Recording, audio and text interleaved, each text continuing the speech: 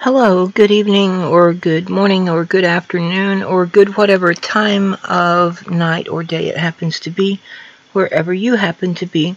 Welcome to Republic News. I'm your hostess, Liviana. This is Liv's Post Saints Show, episode 9, and the name of the show is Idus Martias.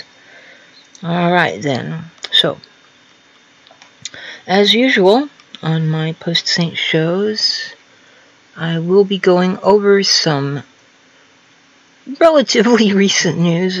Sometimes I go back a year or two, sometimes a little bit longer, and read and comment on news.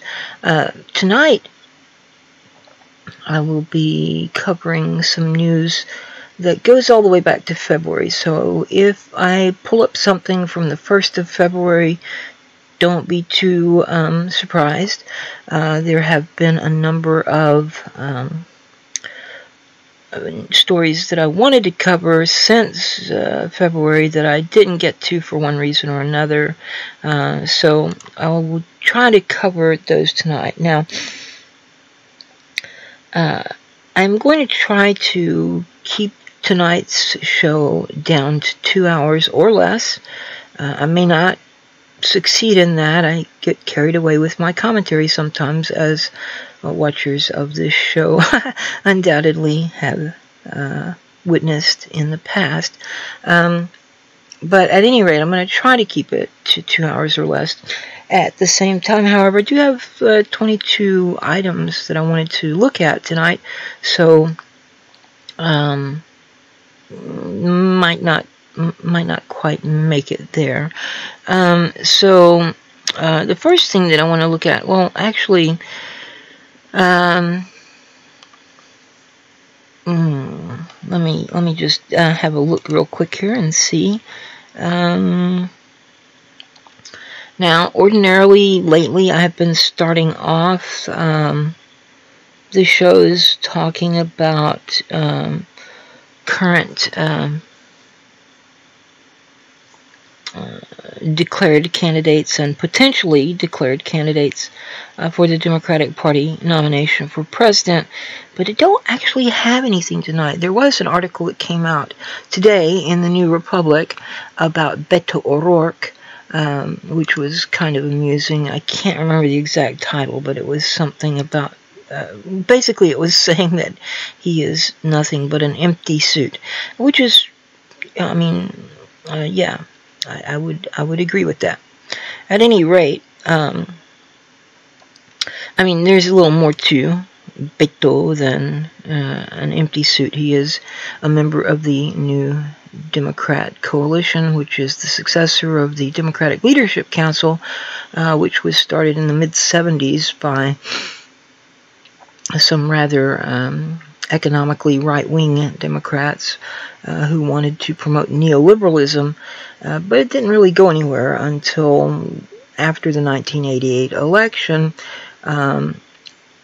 when the Democratic Party establishment decided maybe we need to copy the Republicans a little bit if we ever want to get back in the White House.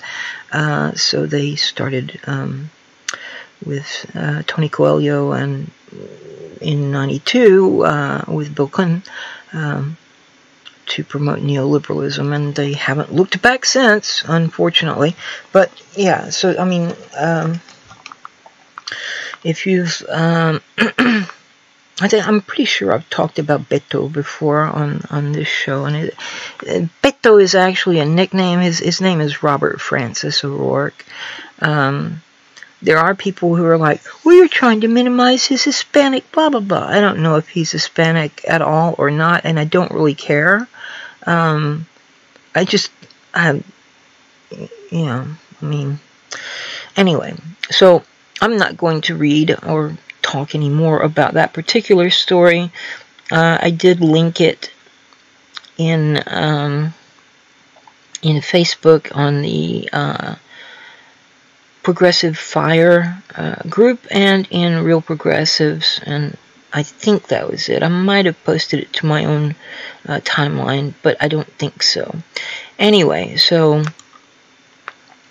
since I don't have anything particular about a given candidate or more than one candidate, as I have several times recently, well, there is one thing, and I will be looking at that here next. But I wanted to start off with this. This is an article by Kathy Copeland Padden that was published on the 1st of February. So I warned you that I might find something from back at the beginning of February that I hadn't covered yet that I wanted to and didn't get to so far. So this is published on Medium by Kathy Copeland Padden. It's called "How Can We Divide a Party We Don't Belong To?" This is a very interesting question, and it's quite apt. So she writes, "I don't think I know a single progressive and or independent who isn't accused on a daily basis of splitting the party or being divisive by centrist Democrats. The self-centered assumption that anyone who's not a member of the GOP owes the other half of the oligarchy allegiance is beyond mind-boggling. I've been an independent since 1983. I'm not dividing any party as I don't belong to any party. That's the whole point of being an independent, after all. I'm going to point out again, as I've done multiple times, that the party establishment of the Democratic, the establishment of the Democratic Party is not actually centrist. It's extreme right-wing. I mean, neoliberalism is a type of corporatism, and if you want to hear me talk about neoliberalism, pick almost any video or live stream I've done on this channel and listen to it. Eventually I'll probably talk about neoliberalism. So I don't want to go over it again, because my boyfriend does love to point out that I'm repeating the same rants that I've that he's heard a billion times, and I keep saying, maybe, there are people who might just be tuning in for the first time and have not heard this before. So, I do it when it comes up, and, for the benefit of new listeners and so forth. But at any rate, I do realize that they like to call themselves centrists, but their reasoning for that is rather odd and wrong-headed. Going back to at least the 1950s, there was a one-dimensional single-line continuum that was promoted very heavily by certain ultra-conservatives and far-right-wingers in the Republican Party, and a few in the Democratic Party, and a few independents as well. That posited everything in the domain of politics as a subject within the discipline of philosophy as all on one axis in one dimension. So they would place liberal at one end and conservative at the other end, never minded the more extreme positions there. And they would equate liberal with leftist, and conservative with right-wing, and centrist with moderate, or moderate with centrist. And also, they would equate liberal and leftist with totalitarian government, and right-wing and conservative with democratic republic, sort of freer sorts of government polities. But this is a very limited and limiting approach, which seeks to reduce everything to one dimension when it really isn't. There is nothing necessary. Take the Democrats, for example, now, the Democratic Party establishment. They claim to be socially liberal while at the same time being economically right-wing. Obviously, the the two are not necessarily connected, and obviously the same is true of being liberal or left-wing. Those are not necessarily connected. So, I mean, these are terms that apply to different perspectives within the overall umbrella branching type of thing of politics, in that left and center and right actually apply to economic philosophies,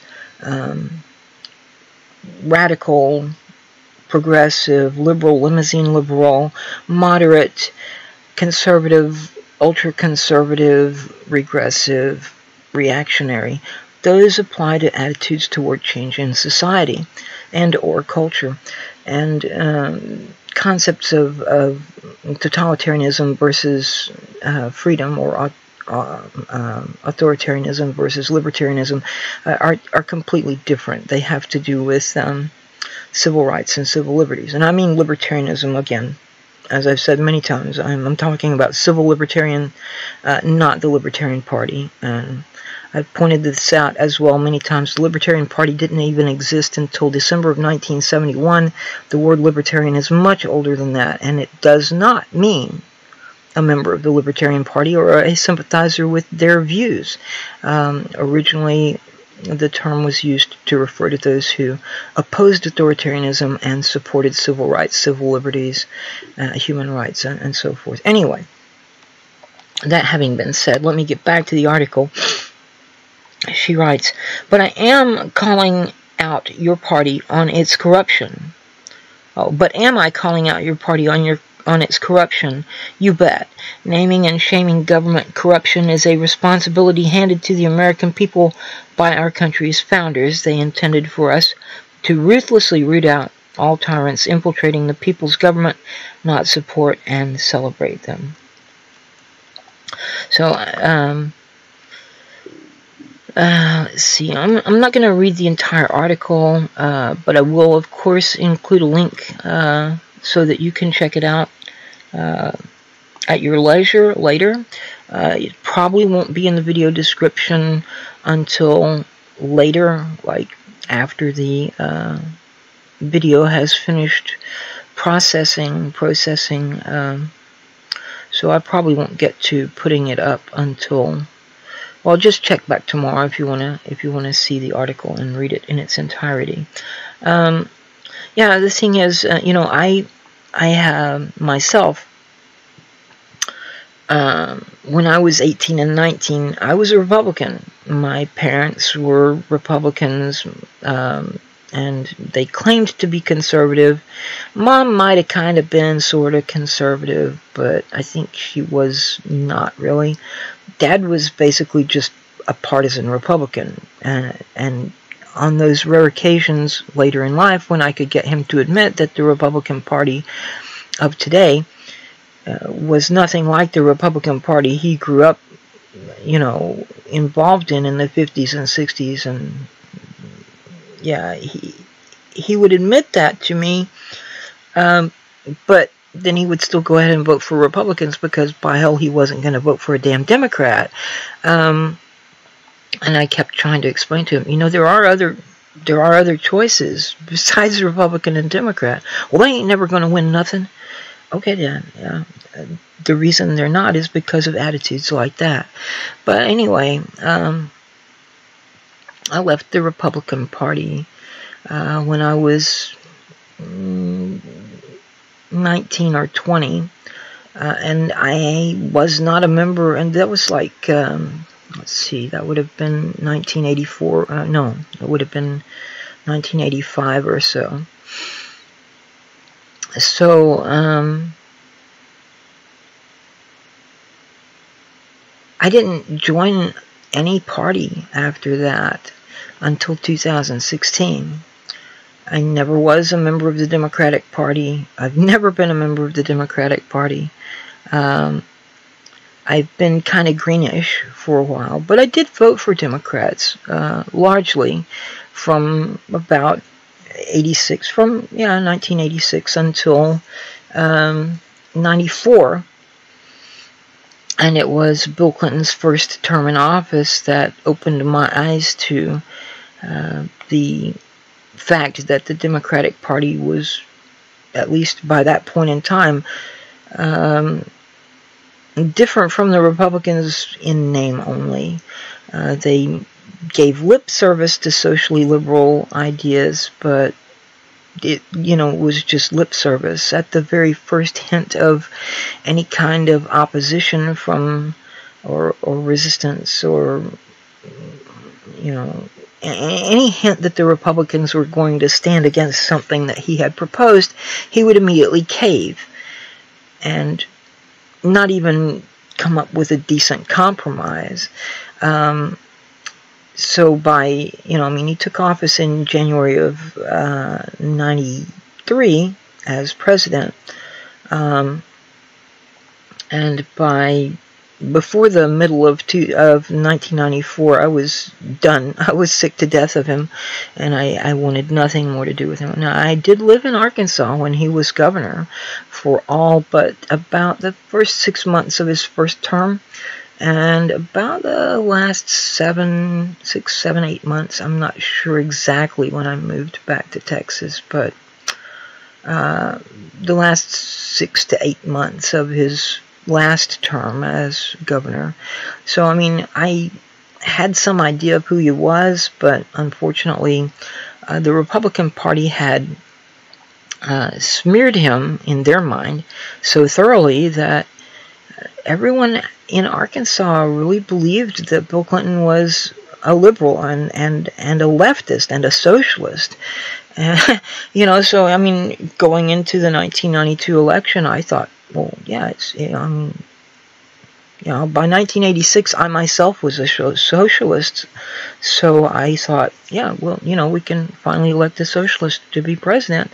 Unfortunately, Bill Clinton was anything but a socialist.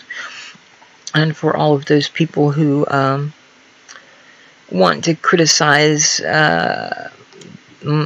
people like me who refused to vote for Hillary Clinton, saying that it was the Russians who made us hate Hillary or whatever. Nah. Unless the Russians, I've said this before too, but unless the Russians invented a time machine at some point and went back to, to 1994 and made Bill Clinton be a failure, no, they didn't have anything to do with my dislike of Hillary or Bill. Yeah, it didn't have anything to do with my dislike of the Democratic Party. But yeah, from 94, I guess, certainly in 96, I voted for a Green for president, and I have largely voted outside the party, the Democratic Party or the Republican Party since then. So, she asks a very pertinent question here: how can we divide a party we don't belong to? And the fact of the matter is that progressives have a very long history of being nonpartisan. The only time progressives have ever really been party people in the sense of political parties was when they had their own political parties for 1912, 1916 with Teddy Roosevelt's original Progressive Party, 1924 with Robert M. La Follette's second incarnation of the Progressive Party, 1948 with Henry Wallace's third incarnation of the Progressive Party. And at the moment, since probably 2016, maybe a little earlier, there have been a number of new parties that have sprung up with the word progressive as a part of their names. So there is Independent Progressive or Progressive Independent Party. There is a New Progressive Party. There's a Bull Moose Progressive Party. And there are probably others that I can't think of off the top of my head. And certainly, there certainly are some others that I can't recall at the moment. And there are probably some that I haven't even heard of. But yeah, I don't know. The thing is, progressives have tried to work within the Democratic Party and been rebuffed every time, basically. The one time that progressives had any kind of success in the Democratic Party was 1972, when progressive grassroots activism managed to secure the presidential nomination for George McGovern. Apart from that, no. The party establishment has been very adamant against progressives. 1916, Woodrow Wilson stole the Progressive Party platform from Teddy Roosevelt, and then as soon as he was reelected, he promptly forgot about everything in the Progressive Party platform and went ahead and did his own thing. Well, I mean, you know, in 1932 to 1944, you had Franklin Roosevelt. I don't know that FDR was really a progressive at the beginning of his time in the White House.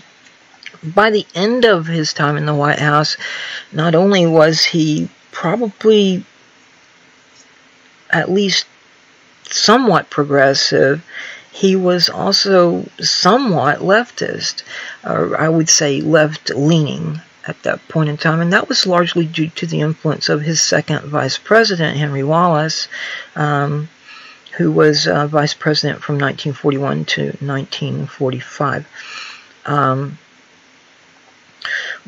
Henry Wallace had been a progressive Republican when FDR named him as Secretary of Agriculture in 1933. And by 1936, Wallace had become a progressive Democrat. But here's the deal. When FDR's first vice president turned against him and broke with him completely, largely over the New Deal, which he had never supported, Roosevelt wanted to choose his own vice president. He wanted to replace this guy with someone of his own choosing. And the thing was, at the time, the Democratic Party had this attitude of, we need to have someone from the North as well as someone from the South. So if we have a Northern Democrat as president, we need to have a Southern Democrat as vice president. And this was kind of to, you know, try to kind of hold the party together, because the Southern Democrats were pretty conservative socially, whereas the Northern Democrats weren't.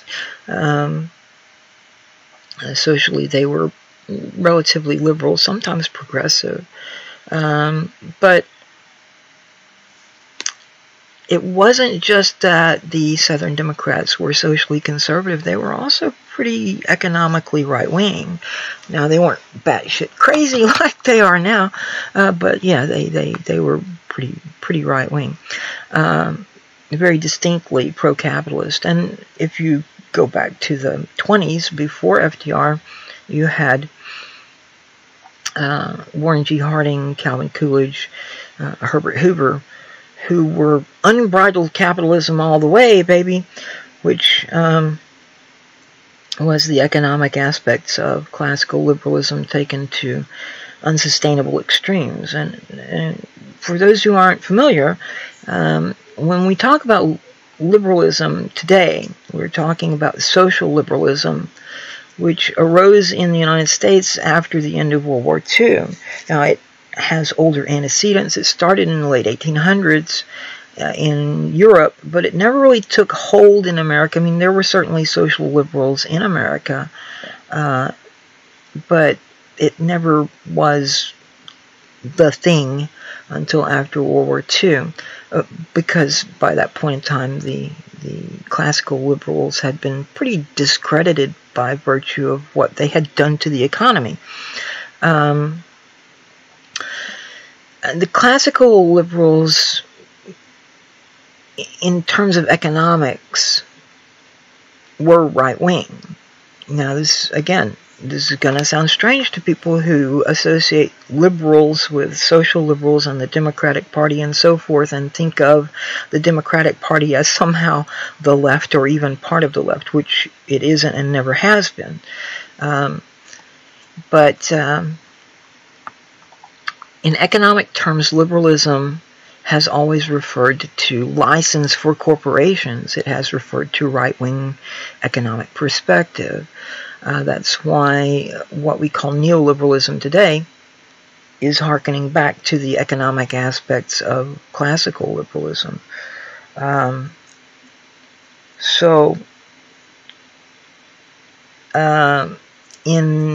the 1980s, maybe the late 70s, there was a new term that was coined to kind of appeal to social conservatives and try to resuscitate the economic aspects of classical liberalism, and they called this fiscal conservatism. Well, fiscal conservatism is economic liberalism, that is, it's right-wing economics. And what they were promoting, both in the Democratic Party and in the Republican Party, and these were factions, they weren't in power at the time in the 70s, was neoliberalism. As I mentioned earlier, the Democratic Leadership Council was founded in the mid-70s, and they were trying to promote neoliberalism even then, but they, like I said, didn't have a lot of impact or influence. By 1980, these neoliberals had become pretty dominant within the Republican Party, and Ronald Reagan pushed his neoliberal economic policies, which, I mean, if you look at Reagan sincerely and honestly, what he was trying to do, what he wanted to be, was sort of the anti-FDR. He wanted to undo everything FDR had done.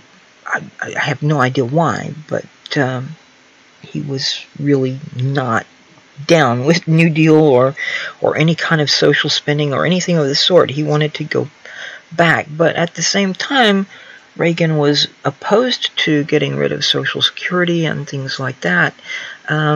That was something that he had inherited from the Eisenhower years, and I don't think he was a big fan of Eisenhower.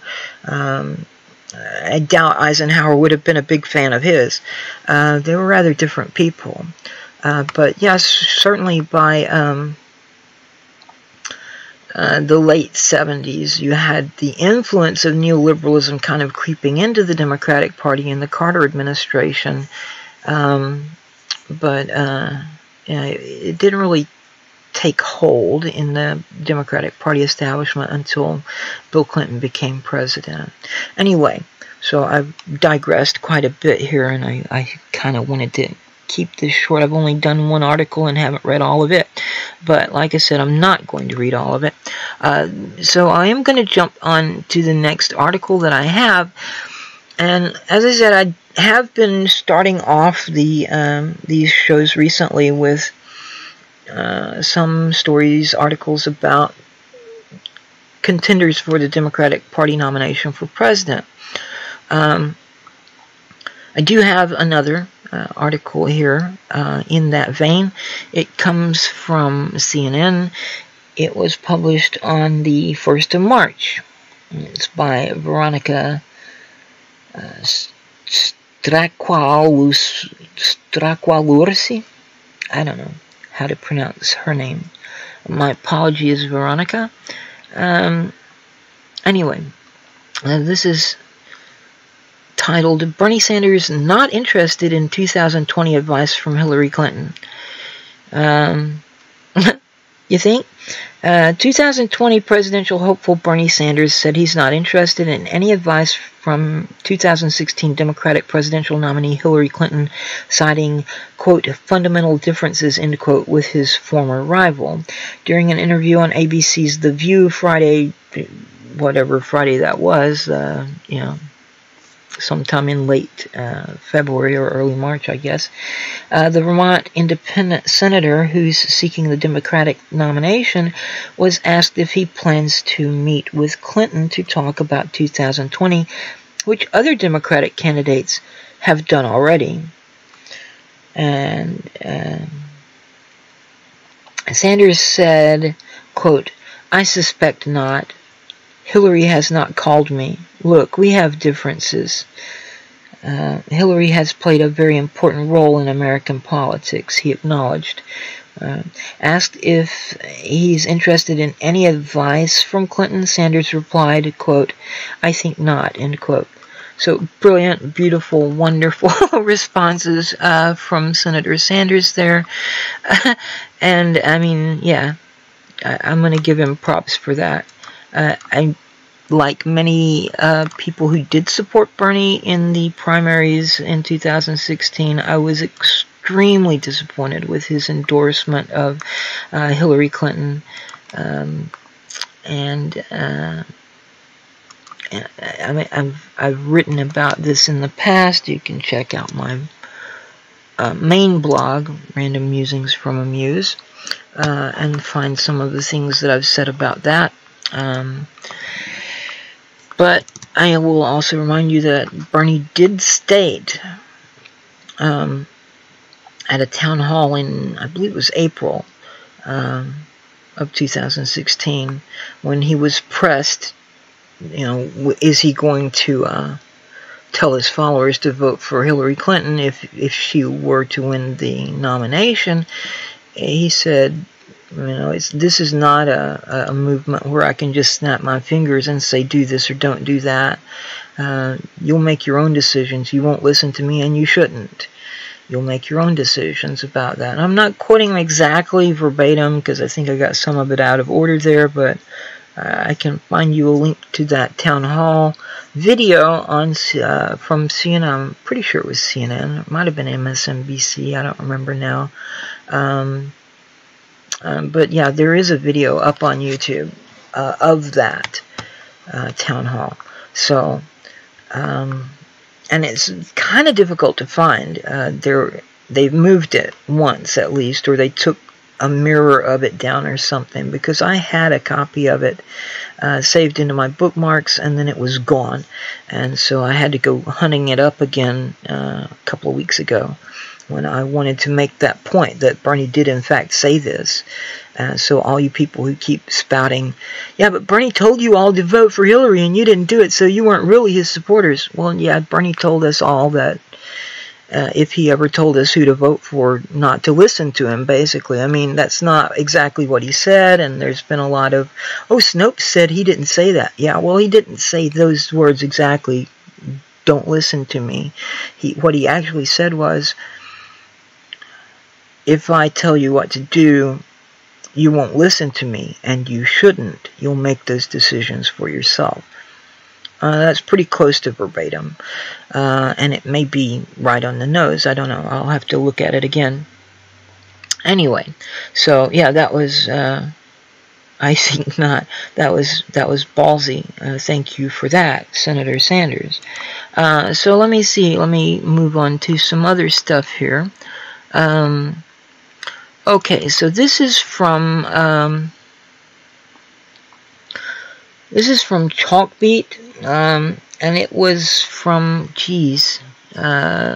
late February. It looks like I printed it out on the 22nd of February, and it says it was published 1 day ago, so it would have been the 21st. It's by Ann Shimka. It says, empowered, tired, and better off, victorious teachers reflect on Denver strike. I was planning to talk about this back at the end of February, the beginning of March, and I never got around to it. So, I mean, there was a lot of news about the Denver teacher strike, the Colorado teachers strike, or whatever, Denver teachers strike in the news at the time, and it was successful, apparently. Denver educators described empowerment, fatigue, relief, and, in some cases, residual frustration Thursday after the end of the 3-day teacher strike that threw the district into turmoil this week. Reyes Navarro, who teaches Spanish to kindergarten and first grade students at Mathematics and Science Leadership Academy, an elementary school in West Denver, used a single word to describe how she felt about the strike, quote, power, end quote. She said of picketing and marching, quote, it was so cold and we didn't quit, we did what we needed to do, end quote. Moss Kaplan, a creative writing teacher at Denver School of the Arts, said he headed back to his classroom Thursday before knowing exactly what was in the pay deal, but later, after he reviewed the details, he said he was happy with the new salary system. He said most of his colleagues feel the same way. Quote, overall, everybody's far better off than they were a week ago, end quote. And it goes on. Let's see. Denver teachers went on strike Monday after 15 months of negotiations failed to produce an agreement. Denver Public Schools and the Denver Classroom Teachers Association bargained all through the night and announced a tentative agreement just after 6 a.m. Thursday.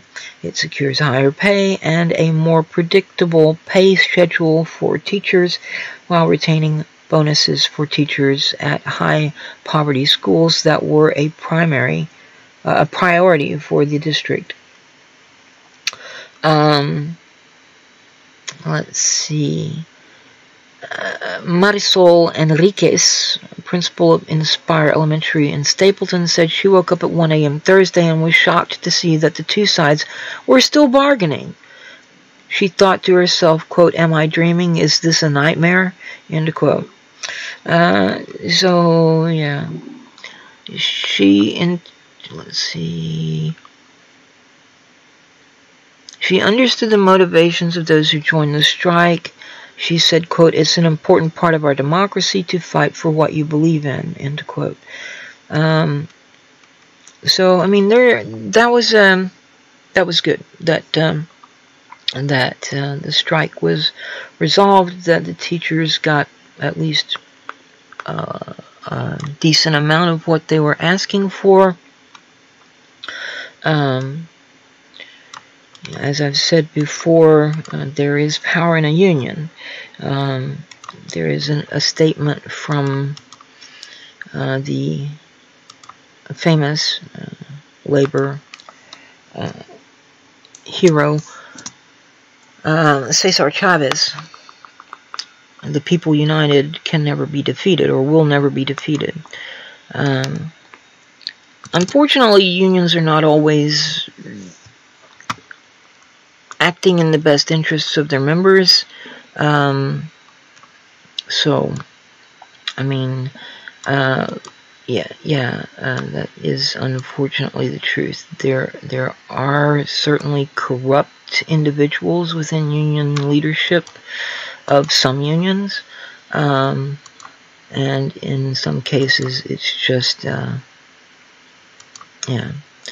not a good scene. My father was a member of United Steelworkers, which was part of the AFL-CIO, and he used to tell me about various gripes that he had with union leadership.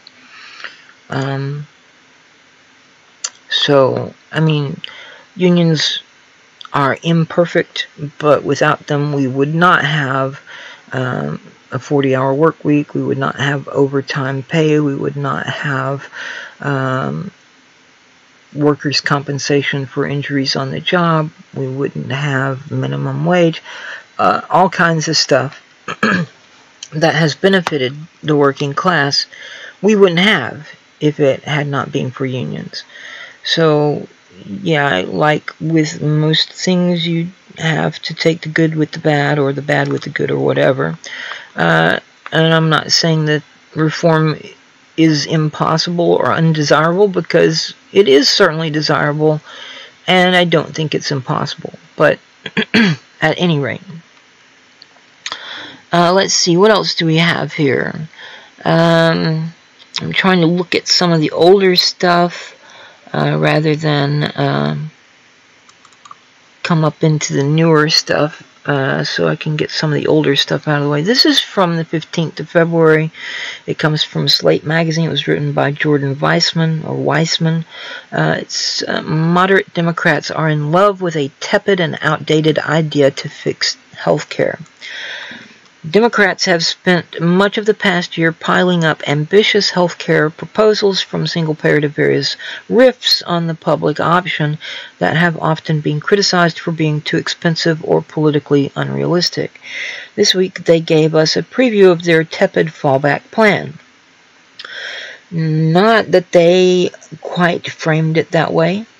On Wednesday, Michigan Senator Debbie Stabenow unveiled a bill that would let Americans ages 50 to 64 buy into Medicare, essentially creating a public option for the middle-aged, in which premiums would be set just high enough for the program to roughly pay for itself.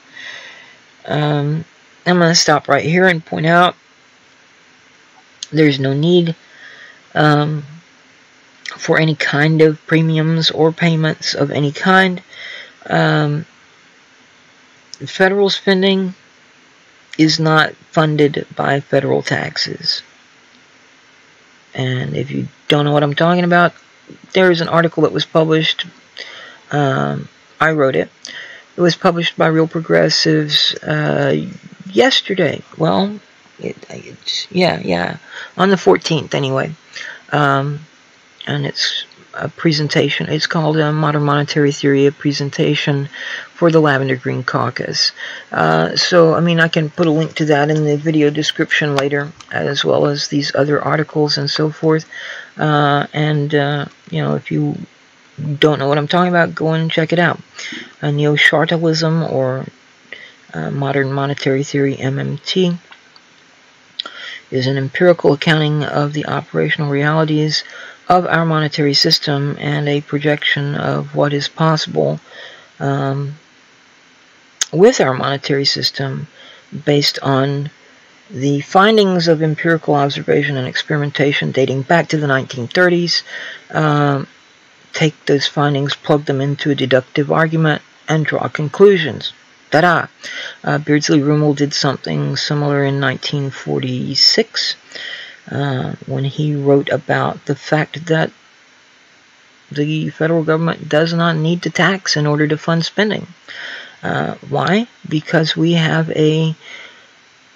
because the federal government is the monopoly issuer of a sovereign, free-floating, non-convertible fiat currency. It's not tied or pegged to any physical commodity. It is a fiat currency. It is non-convertible, and it is a sovereign currency. The petrodollar is just a numeraire. Petroleum is not backing our dollar. Some people think that the petrodollar means that the dollar is backed by petroleum. That's not. No, it's not. The petrodollar is backed by the word of the government and your willingness to attribute value to the dollar. That's it. And this is actually a wonderful thing. We just need the right people in charge of the purse strings. Right now they use the fact of modern monetary theory to finance new warplanes and new warships and new military adventures, and they never ask how are you going to pay for that, because they know exactly how they're going to pay for it, the same way all federal spending is paid for. Not by your taxes, not by borrowing anything from China or any of that shit. Not by bonds, not by anything of the sort, but simply Congress will authorize the funds and the Fed will move some ones and zeros around in a digital account, you know, from nowhere into a digital account. That's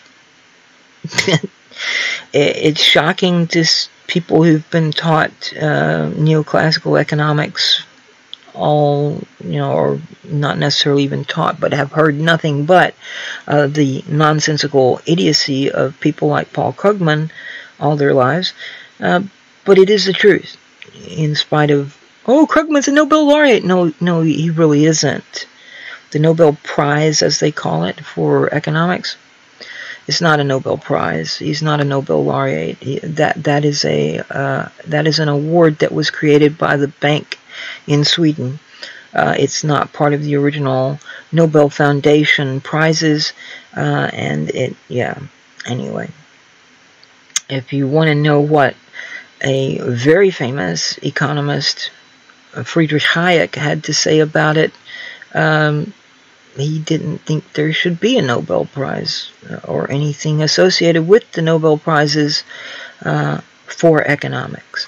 So there's that. Anyway, let me look back at this. The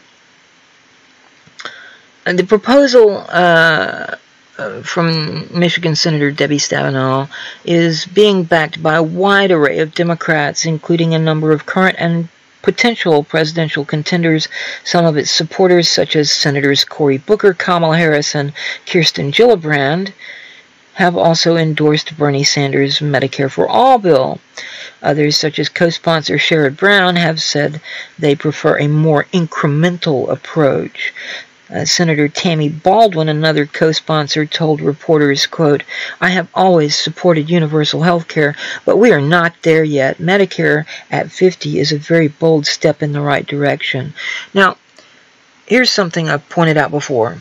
Okay, incrementalism.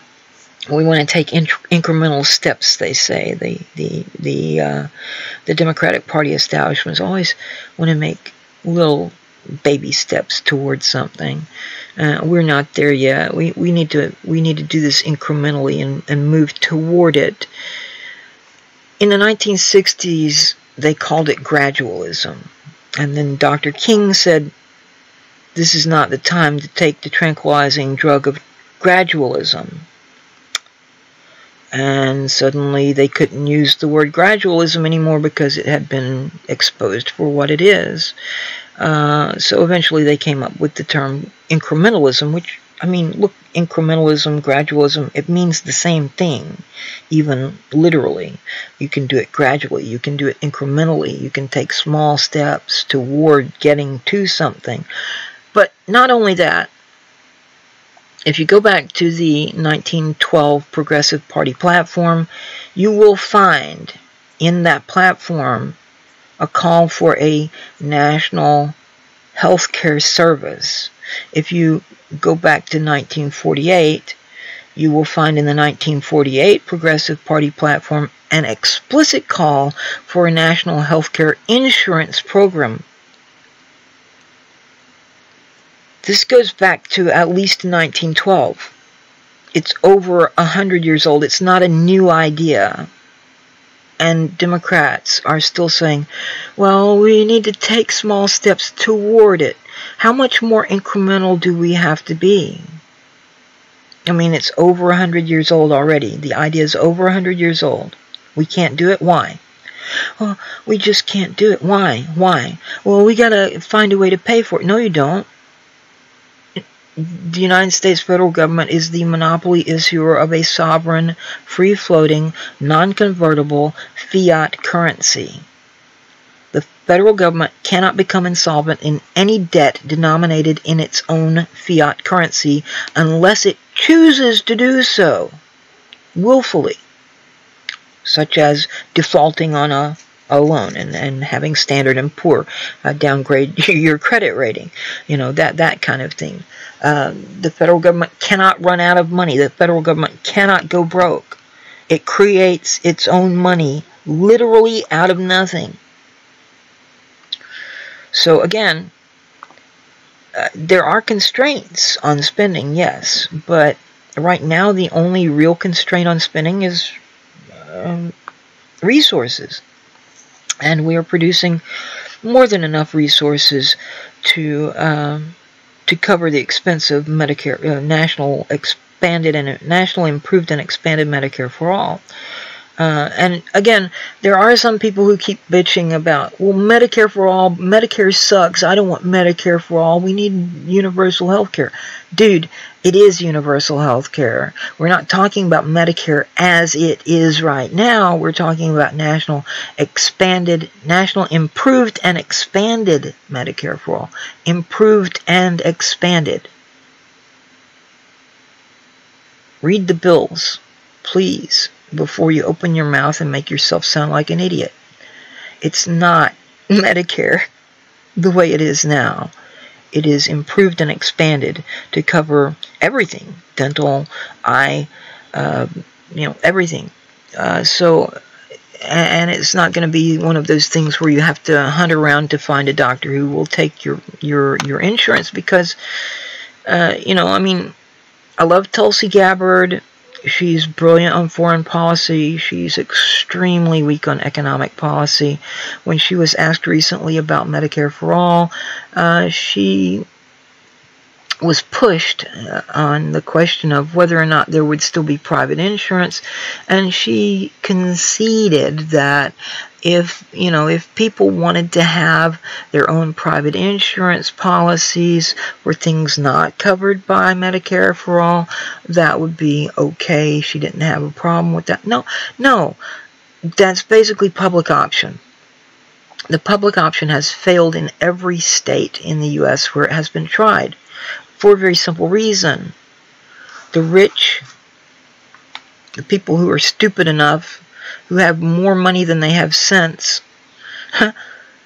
are going to try to have their private insurance policy because they believe it gives them better care and more coverage than the public option. If it's optional, that means that people don't have to opt into it, and that means what? That means that, okay, how does insurance work? Whether it be auto insurance or health insurance or whatever. You get a group of people together, and they dump some money into a pool, and out of the pool is where the payments come to cover the expenses. If you don't have an accident with your car, if you don't,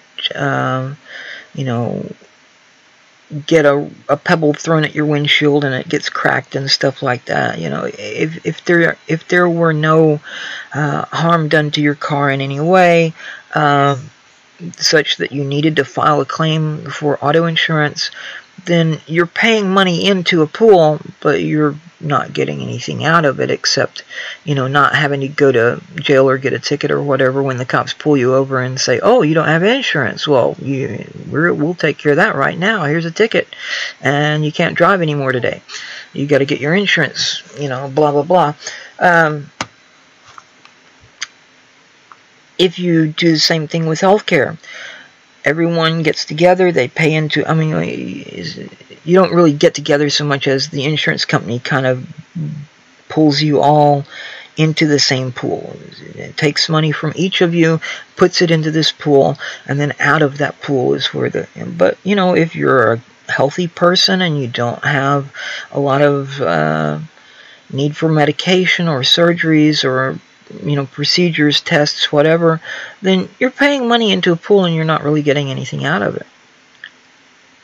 So you're already paying for someone else's healthcare insurance. So as far as all those people who are whining about how I don't want to pay for someone else's healthcare, dude, you already are. You already are. That's how insurance works. But guess what? Again, the federal government is the monopoly issuer of a sovereign, free-floating, non-convertible fiat currency. Your taxes don't have to go up in order to cover Medicare for All, National Improved and Expanded Medicare for All. They don't have to go. It won't be funded by taxes. I'm sorry, but it won't. But my tax dollars, you don't have any tax dollars, baby. Whenever they take money from you, it just poofs out of existence. That's all it does. When they tax you, they are taking money out of circulation. There's no fucking fund that they put the money into from you. Okay, that doesn't really exist. They can pay for whatever they want to pay for as long as the resources are there to cover it. Now, eventually, there would come another constraint, and that would be when we got to or near full employment. Now, of course, we will never get to full employment because there are people who simply cannot work for one reason or another, be it due to age or infirmity, disease, illness, disability, whatever.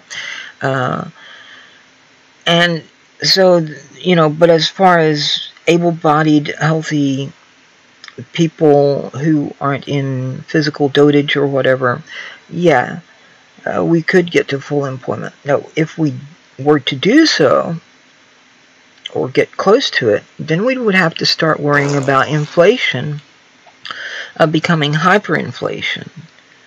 And hyperinflation is something we want to avoid. Well, guess how you control that? Taxes. You take money, excess money out of circulation. You take excess currency out of circulation by taxing. And this is one of the reasons for taxing at the federal level. Your tax dollars don't exist. Taxes pay for nothing. Taxes fund nothing at all. Now, at the state and local level, yeah, they do, because the state and local governments are not currency issuers, they are currency users. The federal government is totally different. It issues currency, and it is the monopoly issuer of the currency. So, again, worrying about paying for someone else's health care, you don't have to worry about paying for someone else's health care with this. With what you have now, you already are. But with National Improved and Expanded Medicare for All, you don't have to. I mean, there will certainly be idiots in government who will try to, claim that the only way to cover this is to increase your taxes, but that's not true. And there's also this objection of, like, death panels, government death panels.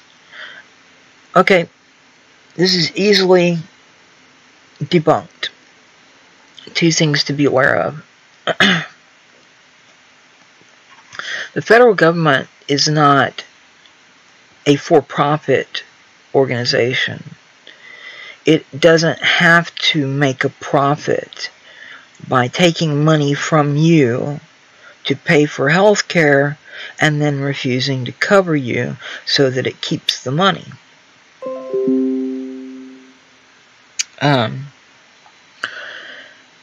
Second thing, well, wait, because the government is not interested in profit, doesn't need profit, makes its own money, there's a, it's not a concern. They're not going to be making decisions about whether or not to cover your health care expenses based on whether or not it's going to cost them money that they don't have or keep them from making a profit. It's not their concern. They don't need a profit. They don't want a profit. There's no reason for them to seek a profit. They are not a for-profit corporation. Number two, private for-profit insurance companies, right there in the very name, for-profit.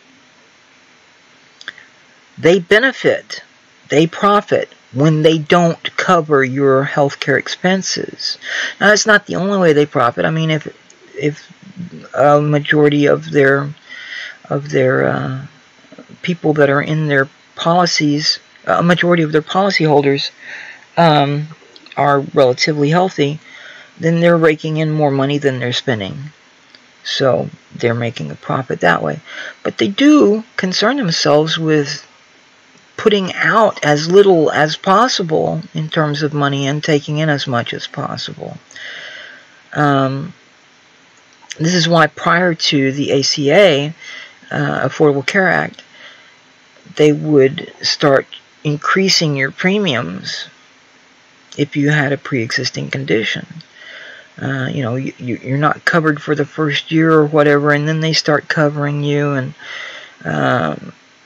if it's a particularly chronic illness, then they will gradually increase your premium till it gets to the point that you can't afford to have health care insurance anymore because it costs you more than you make, and you do have other expenses. And they are charging you this vast amount of money to cover themselves in case they ever do have to pay anything out. But they're also charging you this vast amount of money because their purpose is to make a profit.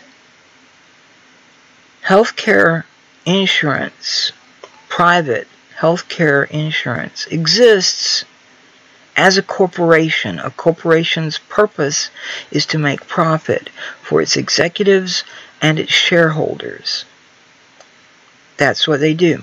So, the third thing, sort of the conclusion, if you will, you have a choice here between a private for-profit corporation making decisions about your health care based on whether or not they're going to make a profit, whether or not they're going to increase or decrease their profit. Or you have a government, which is the monopoly issuer of a sovereign, free-floating, non-convertible fiat currency that doesn't need or care about making a profit, making a decision about whether or not to cover your health care expenses. So, in light of that, you're already subjecting yourself to death panels with private for-profit insurance companies. And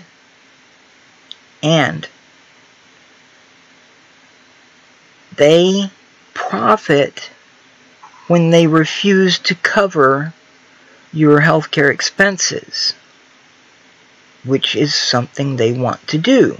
That is, they want to profit.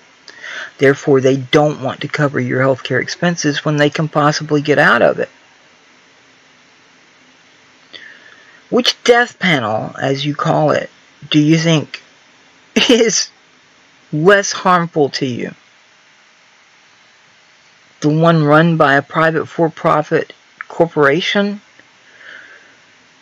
that will benefit from not covering your healthcare expenses, or the government, which doesn't need to profit and doesn't care about profit when it covers your healthcare expenses?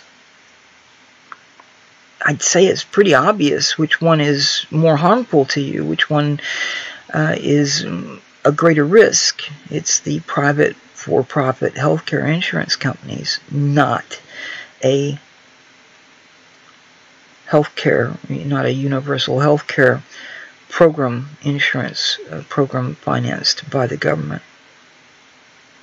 But, I mean, if you if you can't see that, I don't know how many different ways I can say it that might get it through to you. It should be pretty obvious, but at any rate, so yeah, let's see. This is the thing that they're talking about in this article. Which is really quite surprising, in all honesty. I mean, Slate is kind of a mixed bag. Some of their stuff is very good, and some of it is, but this one is pretty good. So it says moderate. It calls them moderate, but they're not moderate. Moderate Democrats are in love with a tepid and outdated idea to fix health care. And what they're talking about is allowing people 50 to 64 to buy into Medicare as a sort of a public option.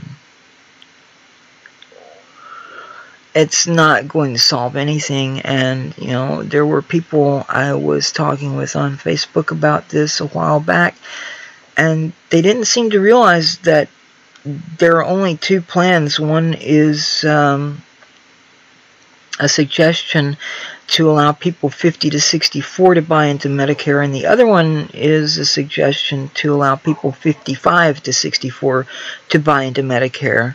They were arguing, but it would benefit millennials. No, it won't benefit millennials because they're not eligible for it under either of these plans. Sorry, they're not, but they aren't.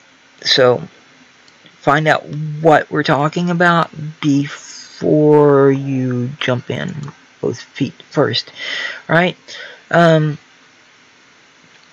there's that, all right. And now I want to go on and talk a little bit more about healthcare, because I do have at least one other article pertaining to this that is relevant, of course, to the subject. Let me see, where is it? Goodness. Let's see what we have here. It's, yeah, I found it. So it is, well,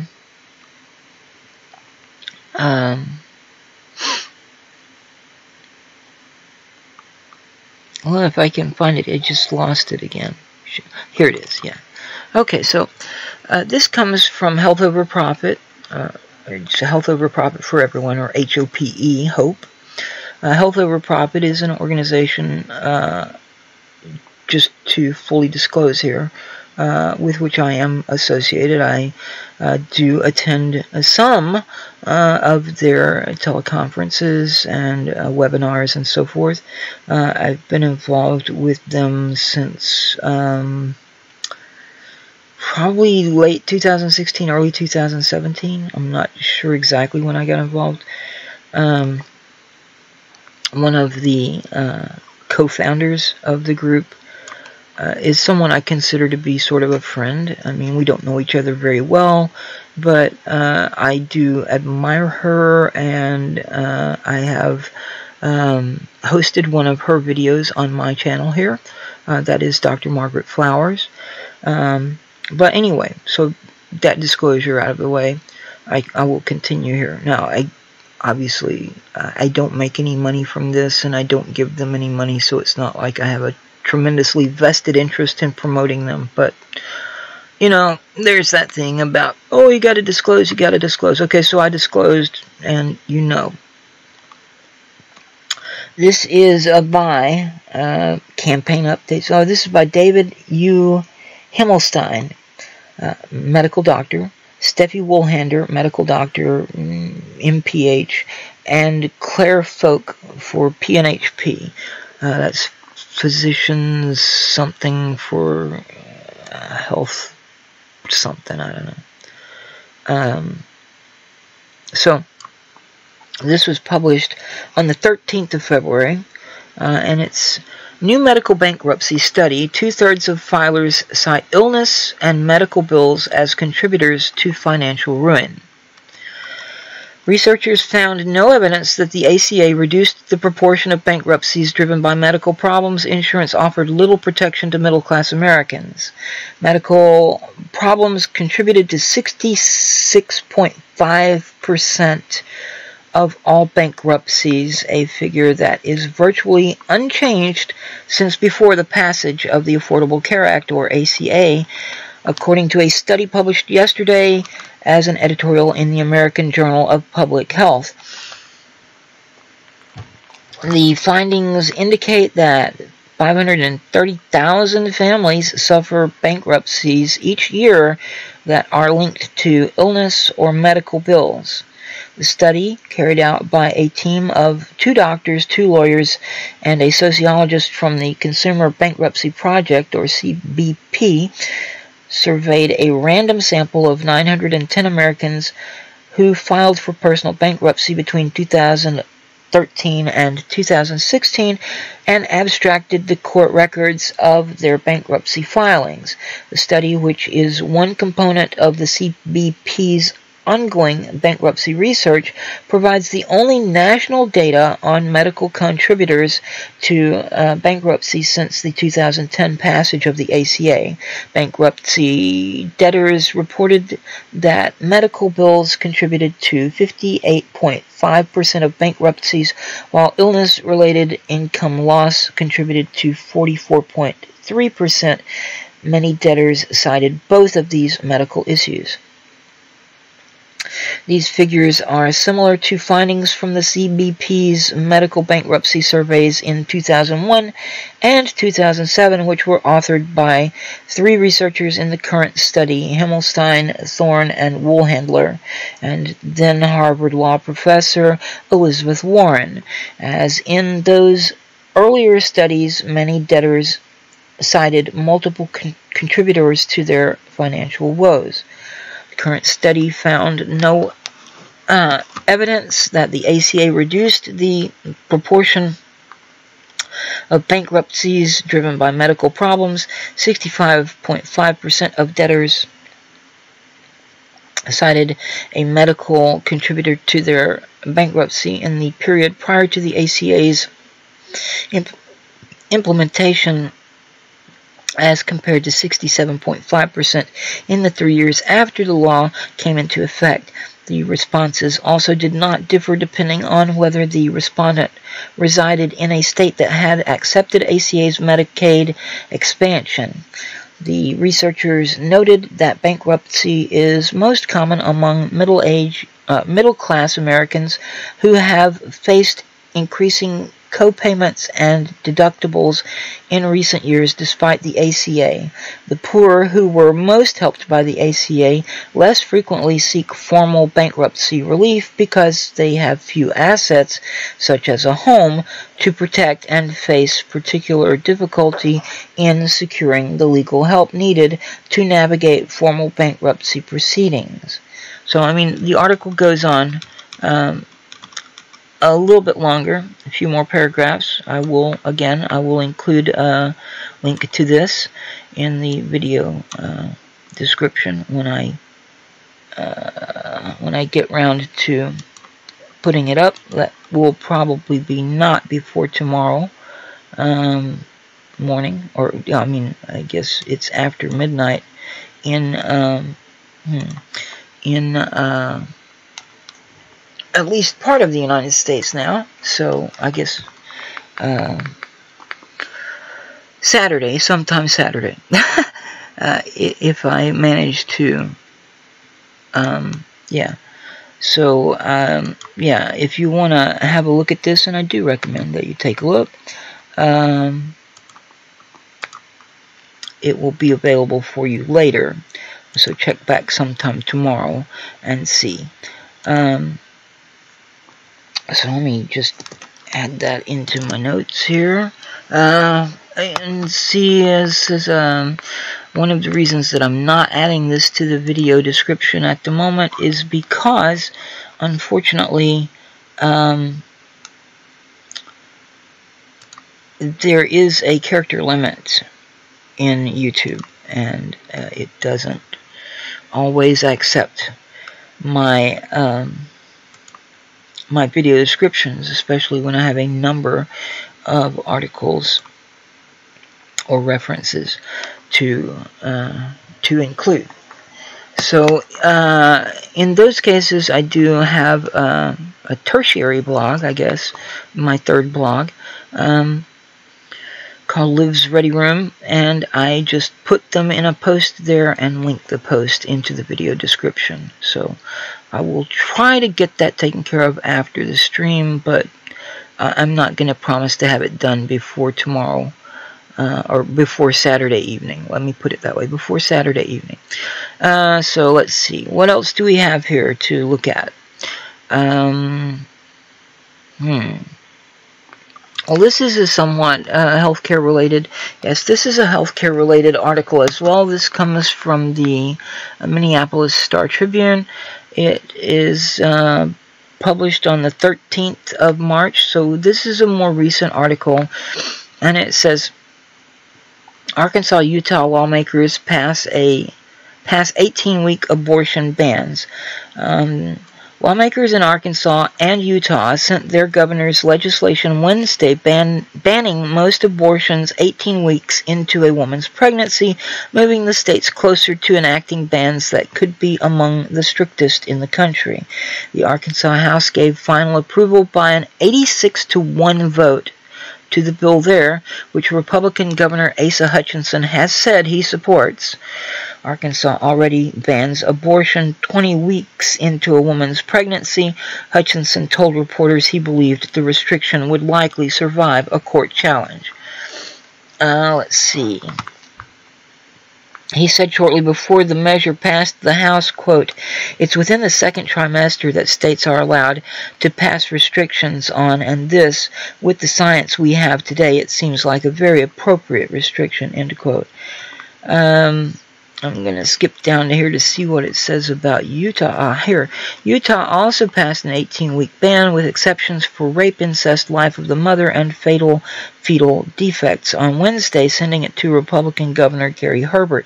He hasn't said whether he'll sign it, though he has said he's generally against abortion. The American Civil Liberties Union of Utah responded to the vote by saying it would sue over the measure if Herbert signs it. Opponents have warned the measure could embroil the state in a costly lawsuit if signed into law, though supporters in the GOP-dominated legislature argue it's worth it to reduce the number of second trimester abortions, blah, blah, blah. It goes on. Let's see. It goes on a little longer. I'm not going to read all of this either. We're getting closer to... I've been going for an hour and 15 minutes or so now, and like I said earlier when I started, I would like to keep this at 2 hours or less. I may not make it because I do have a tendency to make quite a bit of commentary, and so yeah. And sometimes I get a little carried away, and I might just actually get carried away right now. We're about to find out.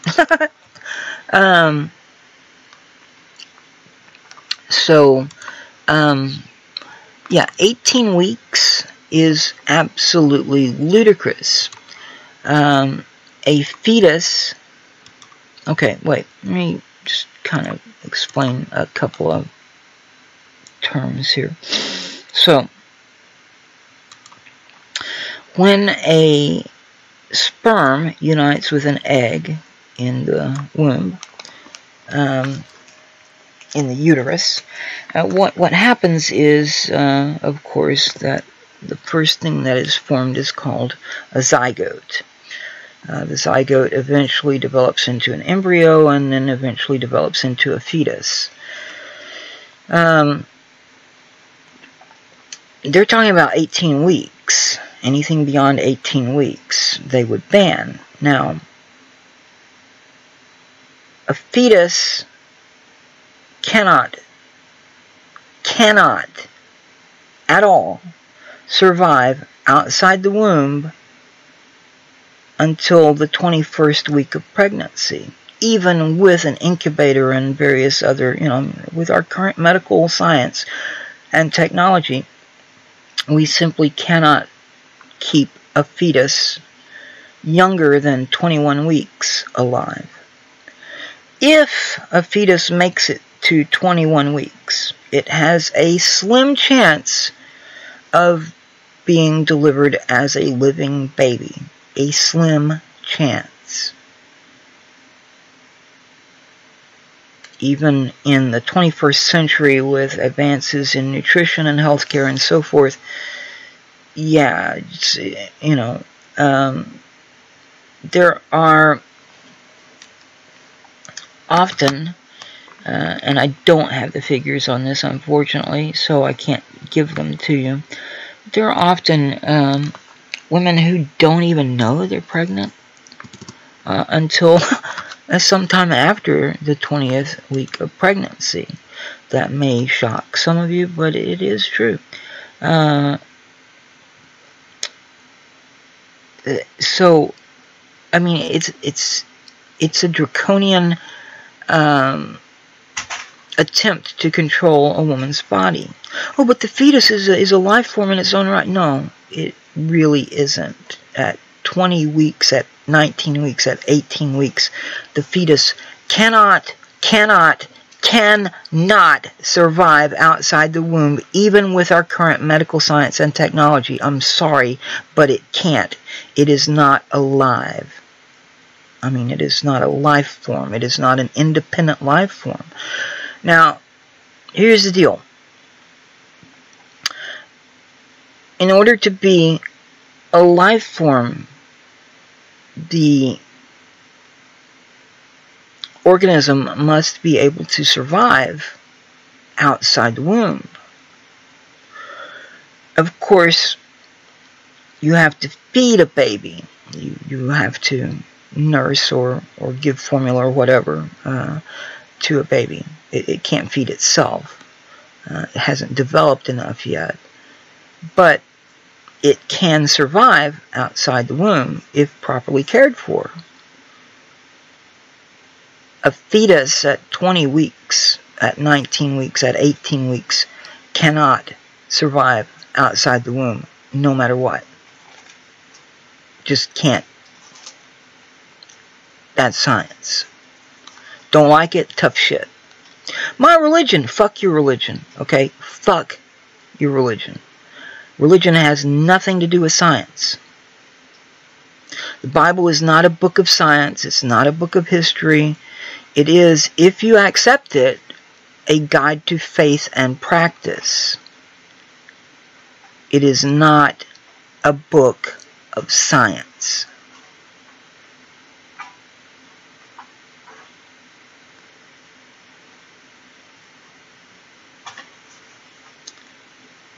And your right to freedom of religion ends where my right to be begins.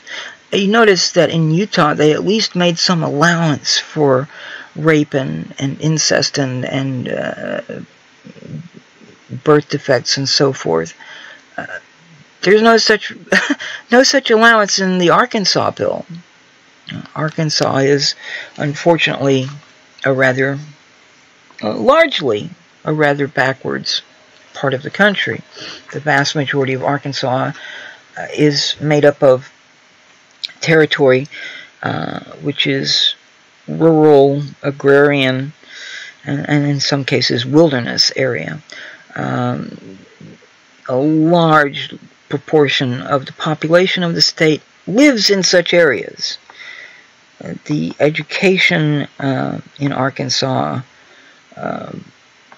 in the public schools is not the best, and as you might expect in private schools, it tends to be rather sectarian.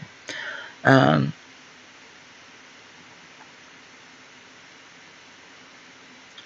won't say it is the worst in the country, but it's not a place that puts a great emphasis on education, unfortunately. And having lived there myself more than once for a rather long period of time, I am familiar.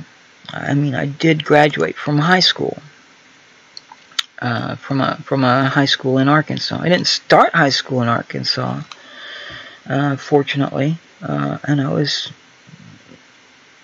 almost kind of had a bit of culture shock moving from the high school I had gone to when I started high school to the high school I did eventually graduate from. It was quite a bit different. Now, that said, there were some classes that were offered that were really quite good, and I'm not sure they would have been offered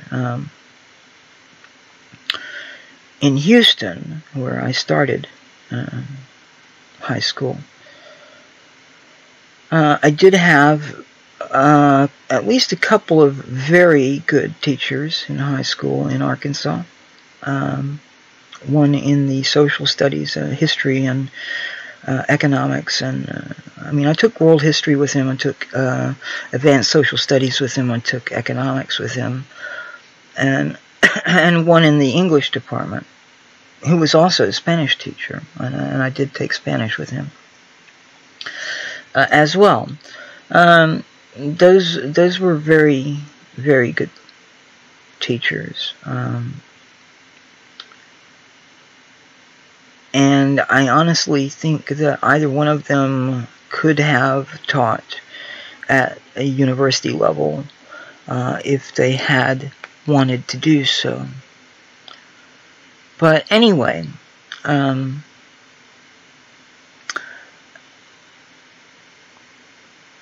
yeah, I don't want to dwell on this too long, but yeah.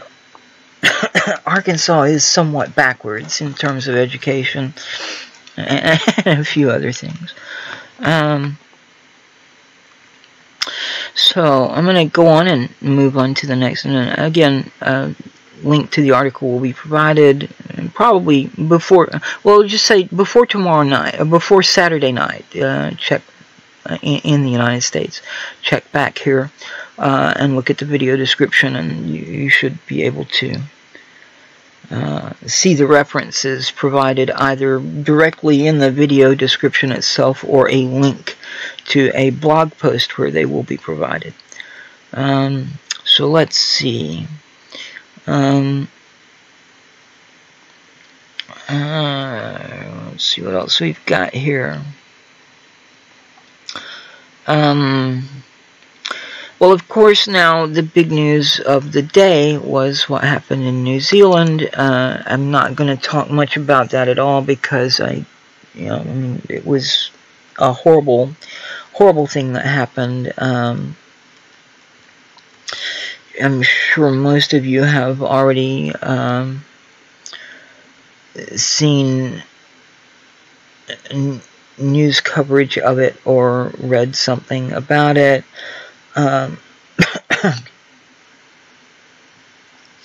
At least 49 people were killed and more than 20 seriously injured in a terror attack on 2 mosques in Christchurch, New Zealand on Friday. Mass shooting done by one guy.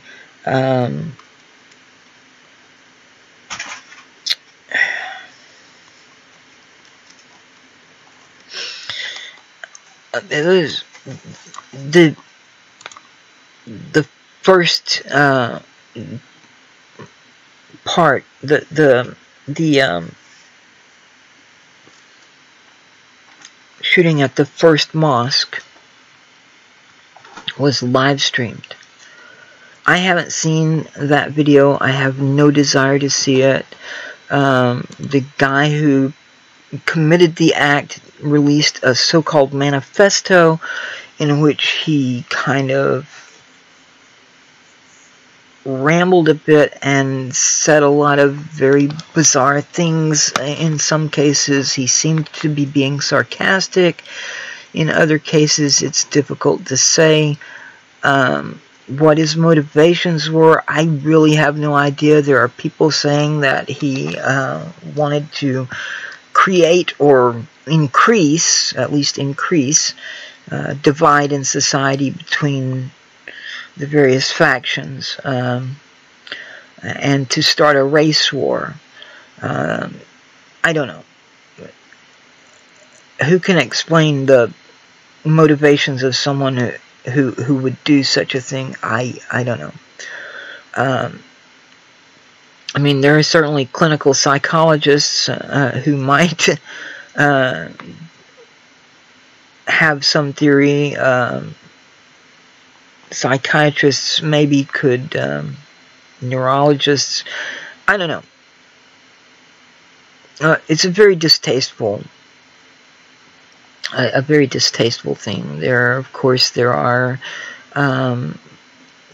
talking heads in the media who are attempting to make political hay of one or another thing that he said in his so-called manifesto. I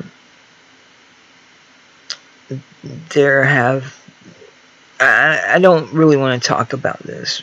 It was a tragedy. It was a horrible thing. And, the victims and their families and friends and so forth certainly have my sympathies and condolences. I'm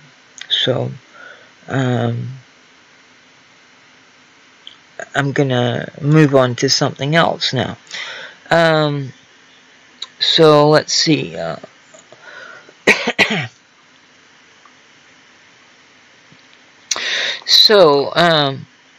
In Portland, Oregon, this article comes from Oregon Public Broadcasting. This was published on the 15th of February. And it's by Courtney Flatt. And it says Portland General Electric set to build first of its kind renewable energy site. Eastern Oregon may soon be home to a next generation renewable energy project. Portland General Electric is making plans to build the country's first large-scale energy facility that combines wind turbines, solar panels, and battery storage. It's that combination of renewable energy and battery storage that the company said could be one model for... before I go on, I'm just going to say right now, I'm not going to include any links to anything about the shooting in New Zealand, because they're, some of the photographs are pretty graphic, and, if you want to, it's all over the news, so you can look that up for yourself. So yeah, I'm not gonna, I won't be including that. It's that combination of renewable energy and battery storage that the company said could be one model for integrating renewable energy. Battery storage is often said to be the key to overcoming one of the biggest challenges with renewable power. It's intermittent. In other words, it's only available from wind farms when the wind is blowing and from solar arrays when the sun is out. The Wheat Ridge Renewable Energy Facility will be built just north of Lexington, Oregon. In this part of Oregon, spring winds are strong and solar is most powerful in the summer. Battery storage allows that power to be saved for when people need it most, like when lots of people are coming home from work and cooking dinner. Renewable energy advocates said that's especially important when it's really hot or really cold. It doesn't get really hot in Oregon and Washington. I have lived in Washington, just across the river from Oregon. Maybe down in southern Oregon. I know my boyfriend is going to dispute this with me.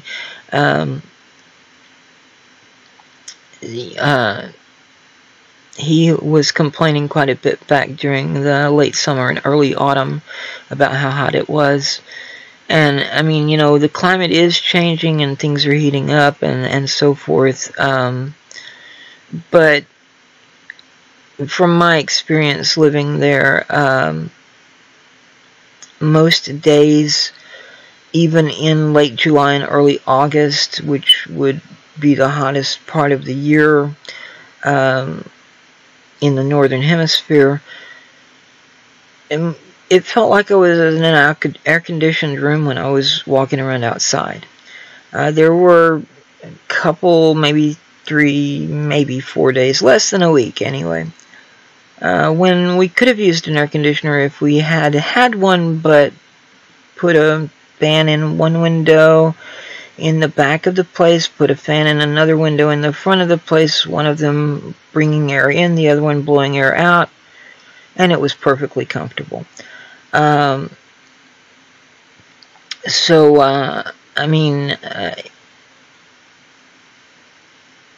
I don't think it gets really hot there, not from my experience. Now, I have been there in a while. I did come back down to the south to take care of my dad after Mom passed away, but I don't think it's changed that much in that period of time. And my dad is gone now as well, and once I have gotten their house fixed up, cleaned out, and fixed up, have some repairs done, and can sell it, I'll be moving back to the Pacific Northwest myself. Anyway, but cold, yeah, that's another matter. Now, it depends on where you are in the region. Living in the Columbia River Valley, the altitude is low enough, and you're pretty close to that volcano there, St. Helens. it doesn't get really cold there in the valley. Again, not in my experience. And late January, early February, coldest time of the year in the northern hemisphere. I mean, the air is a little chilly, but I remember one year it snowed once in early, it might have been late January, early February, and the snow was gone. It snowed like maybe an inch, maybe 2 inches. Snow was gone by that afternoon everywhere except in the shade. So it's not like some places. I mean, if you get further away from the valley, yeah, I mean, I've been to Klamath Falls, and the snow there was like 2 feet deep. Yeah, I mean, yeah. So, I mean, it depends on where you're at in Oregon and Washington. But I do understand. There is also something that we haven't really harnessed yet, and that is geothermal energy. And right there, Mount St. Helens would be a place to try to do that. There are other places, of course, in the world where you could do that. Hawaii, Italy, so Monte Vesuvio, and assorted other places where producing electricity from geothermal energy would be possible. There are also, of course, the tides in the oceans and the seas, and some of the larger lakes, where you could generate electricity from the currents and the tides. So, I mean, those are other things to explore. So it's not always that renewable energy has to be solar and wind. There are other options as well. And no, I'm not talking about nuclear power. Nuclear power is not a solution to the challenges that we face for a variety of reasons, and I'm not going into them here now.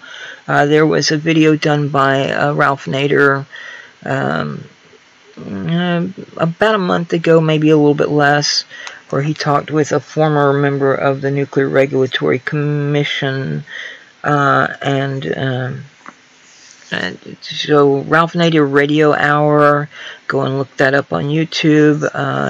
It was really quite recent, and I'm sure you can find it. I will try to remember to include a link to that video in the references for those who might be interested and don't want to go look it up yourself or whatever, or can't find it.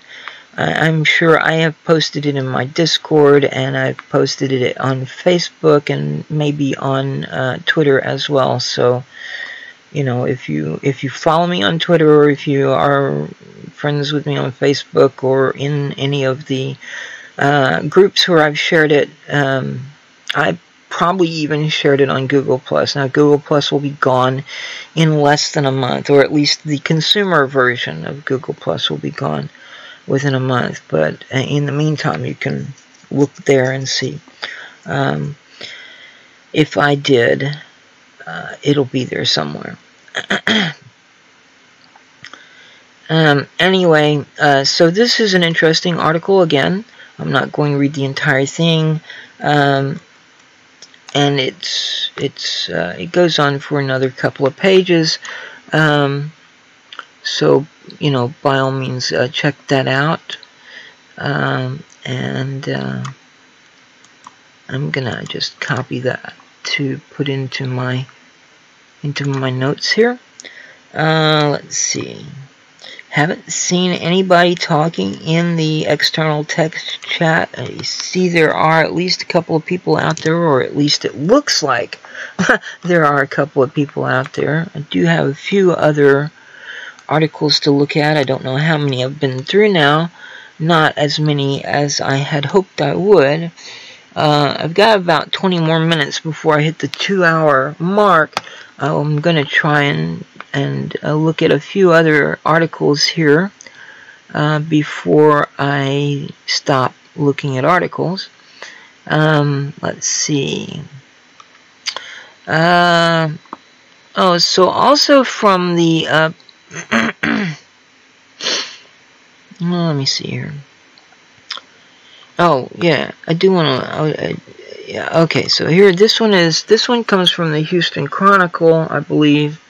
No, this is from the LA Times, I'm sorry. And this was published on the 5th of March, 2019. It's by Suzanne Rust and Louis Sahagun. Post-Hurricane Harvey, NASA tried to fly a pollution spotting plane over Houston. The EPA said no. In the weeks after Hurricane Harvey's catastrophic sweep through the Houston area, which resulted in chemical spills, fires, flooded storage tanks, and damaged industrial plants, rescue crews and residents complained of burning throats, nausea, and dizziness. 1,500 miles west, in the high desert city of Palmdale, NASA scientists were preparing to fly a DC-8 equipped with the world's most sophisticated air samplers over the hurricane zone to monitor pollution levels.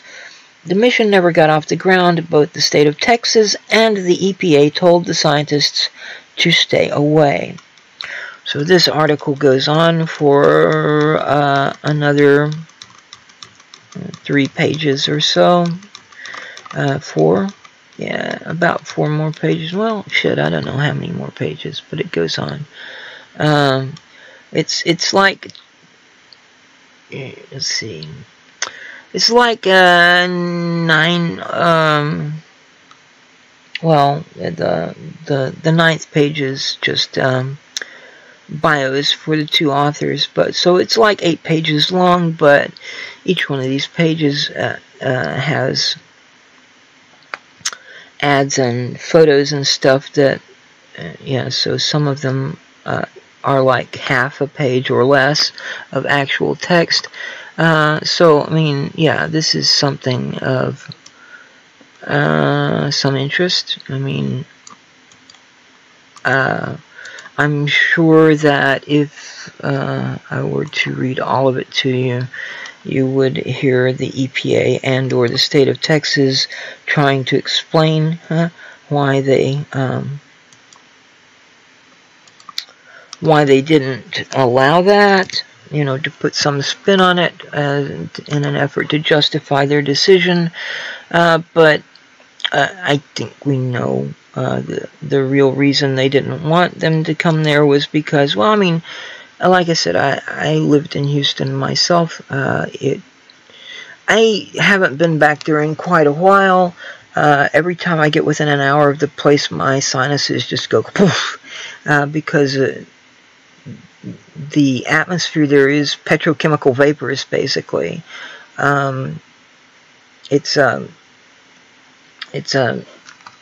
Yeah. I mean, I don't know if that's still the case, but I would be very surprised if it were not. I don't think that they've cleaned up their act too much in the time since I've been away. So again, that article will be linked in the references later. So go ahead and check that out. The next article I have comes from U.S. News. It was published back in 2012, August the 27th, but it's relevant to our economic situation. Repeal of Glass-Steagall caused the financial crisis, by James Rickards. There's a kind of an interesting little cartoon there. It says about the author, James Rickards is a hedge fund manager in New York City and the author of Currency Wars, The Making of the Next Global Crisis. blah, blah, blah. So the article says the oldest propaganda technique is to repeat a lie emphatically and often until it is taken for the truth. Something like this is going on now with regard to banks and the financial crisis. The big bank boosters and analysts who should know better are repeating the falsehood that repeal of Glass-Steagall had nothing to do with the panic of 2008. In fact, the financial crisis might not have happened at all but for the 1999 repeal of the Glass-Steagall law that separated commercial and investment banking for 7 decades. If there is any hope of avoiding another meltdown, it's critical to understand why Glass-Steagall repeal helped to cause the crisis. Without a return to something like Glass-Steagall, another greater catastrophe is just a matter of time. Now he's going to repeat something that I've spoken about quite a bit here on this channel. History is a good place to begin. After the Depression of 1920 to 1921, the United States embarked on a period of economic prosperity known as the Roaring Twenties. It was a time of innovation, especially in consumer goods such as automobiles, radio, and refrigeration. Along with these goods came new forms of consumer credit and bank expansion. National City Bank, forerunner of today's Citibank, and Chase Bank opened offices to sell securities side by side with traditional banking products like deposits and loans. As the decade progressed, the stock market boomed and eventually reached bubble territory. Along with the bubble came market manipulation in the form of organized pools that would ramp up the price of stocks and dump them on unsuspecting suckers just before the stock collapsed. Banks joined in by offering stocks of holding companies that were leveraged to pyramid schemes and other securities backed by dubious assets. In 1929, the music stopped, the stock market crashed, and the Great Depression began. It took 8 years from the start of the boom to the bust. Subsequent investigations revealed the extent of the fraud that preceded the crash. In 1933, Congress passed Glass-Steagall in response to the abuses. Banks would be allowed to take deposits and make loans. Brokers would be allowed to underwrite and sell securities, but no firm could do both due to conflicts of interest and risks to insured deposits. From 1933 to 1999, there were very few large bank failures and no financial panics comparable to the panic of 2008. The law worked exactly as intended. In 1999, Democrats led by President Bill Clinton and Republicans led by Senator Phil Graham joined forces to repeal Glass-Steagall at the behest of the big banks. What happened over the next 8 years was an almost exact replay of the Roaring Twenties. Once again, banks originated fraudulent loans, and once again they sold them to their customers in the form of securities. The bubble peaked in 2007 and collapsed in 2008. The hard-earned knowledge of 1933 had been lost in the arrogance of 1999. The bank supporters, I really don't think it was lost. I think they knew exactly what they were doing and intended to profit as much as possible. Anyway. So the article goes on another couple of pages. It's a very interesting article, and like I said, it's from 2012. It's a little older article, but it repeats something, makes some points that I've made myself numerous times in this channel. So, you know, if you have any doubts about what I've said, have a look at this for verification of at least a portion of it. What happened was they repealed Glass-Steagall. They replaced it with Dodd-Frank, which was a very watered down, almost nothing compared to Glass-Steagall, and yeah. So I think, now, as I've said before, and I do need to check on this eventually, because I keep saying, I think they either repealed Dodd-Frank now or they're trying to, and I don't know. I probably ought to go check on that before I keep talking about it, but I do remember certainly reading that they were at least trying to, and I think I remember reading that they had done so. You know, I don't know what they would replace it with, and they would certainly have to replace it with something.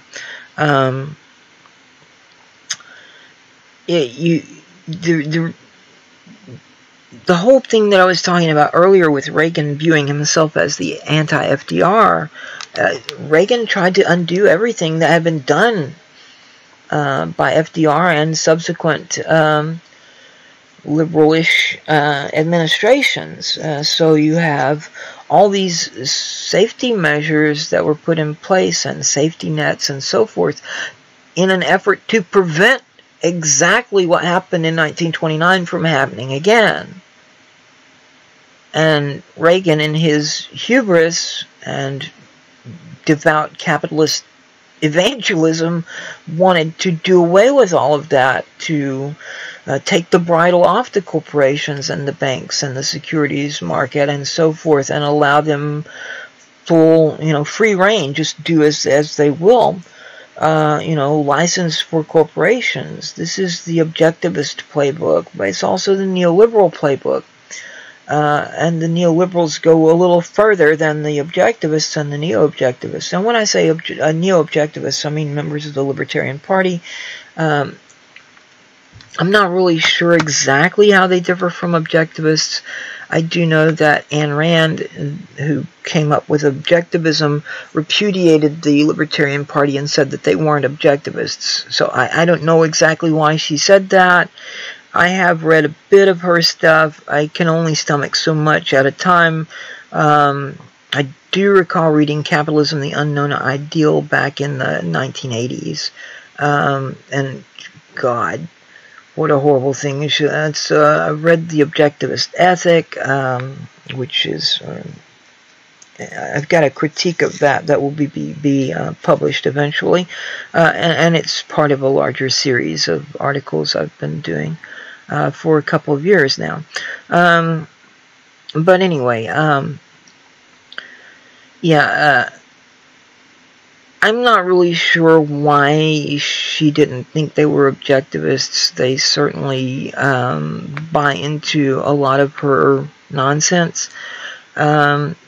But whereas objectivists and neo-objectivists are far right, neoliberals are extreme right. So all extreme right is part of far right, but not all far right is extreme. The difference here is that neoliberalism, a type of corporatism, is all types of corporatism are union of or collusion between state and corporate power and interests. In the case of neoliberalism, what you have is the state becomes the servant of corporate interests, and the objectivists and neo-objectivists would not do that. They want to shrink the state, or at least at the federal level, down to what they conceive of as a manageable thing.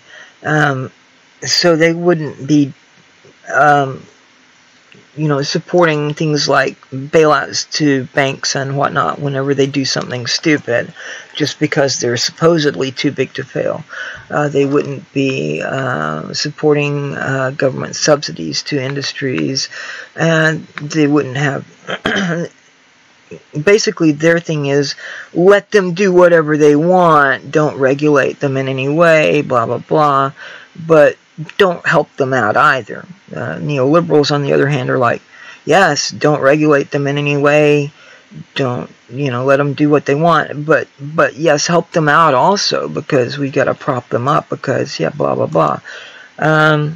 So, yeah, they go further than the objectivists and neo-objectivists. Now, by no means am I defending objectivists or neo-objectivists. All their policies would lead to the same end results as neoliberalism. It would just take a little longer to get there, and those end results are not desirable for anyone except the extremely wealthy. It basically would be a new type of feudalism, and we would all be serfs if we were lucky. So yeah, it's not something that I would ever want to see happen. Anyway, let's see. And now we've got 6 minutes left before I've been going for 2 hours. There are a couple of other things I did want to look at real quick. At least a couple of other things. Okay, so, yeah. Oh, shit. There's so much that I want to cover. And I don't have time to do it and be done in a 2-hour time period. Okay, so this one is from Forbes. It was published on the 14th of March. It's Thursday, 2019. It's by Zach Doffman, and it's Facebook's super outage. Now, I don't know how many of you are on Facebook. I didn't get on Facebook until last year, and the only reason I did was as a result of a death in the family, and I wanted to be in contact with family members with whom I ordinarily have not been in contact in quite some time. For a variety of reasons. I lose phone numbers, they lose phone numbers, we change phone numbers, and so forth and so on. A lot of them are not on Twitter. Most of them were never on Google+, unfortunately. And, so they were all on Facebook. And so I got Facebook to stay in contact with them. And then found out, Google Plus is going away for consumers, at least. And then I discovered all these groups on Facebook that were somewhat like the communities we had on Google Plus. And so I said, well, yeah, okay. So if Google Plus is going away, maybe I can get my fix for political community type stuff through Facebook groups. So anyway, point being, I am on Facebook, and when things happened the other day, Thursday, I guess it was, Wednesday, I think, maybe it was. Anyway, it was quite interesting to see how every time I tried to open Facebook, it would result in everything else on my computer moving very slowly. So, the latency was translating from the internet to my, it was using my CPU, apparently. It wouldn't load most pages. I could get the Messenger, Facebook Messenger worked, and that was how I was able to see something interesting. There is a particular group I'm part of that has a number of Facebook chats, and those chats are ordinarily very active from like dawn until near midnight, and they were virtually dead that entire day. I think everyone was a bit lost as to what to do. It was in some ways a relief to me, because those chats can be rather frustrating, shall we say. There's so many of them for the one group. And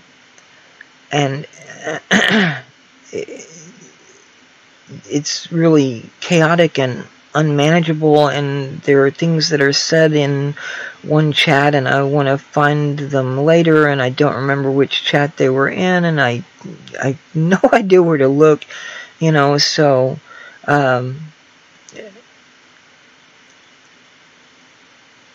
it's not really a good way of doing things, I should say. And I'm trying to get them to move to a more streamlined and more efficient platform. Not to leave Facebook, but to take the vast majority of the chats they have and move them to this other platform where they can do all of the things they're doing in those chats now, plus the things they're doing on several other platforms, and all in one place.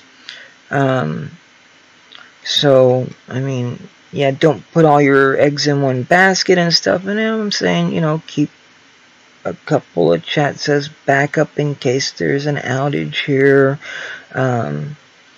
You know, keep this or that in case you need to use it when something goes wrong with this platform. Don't completely abandon them. Leave them there in case you have to go back to them or whatever. But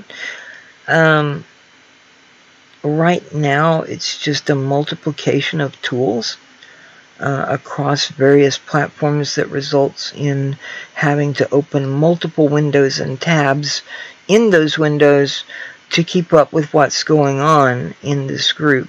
And it's really counterproductive. It's not productive. It's chaotic. And anyway, Facebook had an outage. After 2 hours, I made a comment about the platform that I'm trying to get them to move to, having never been down this long, you know,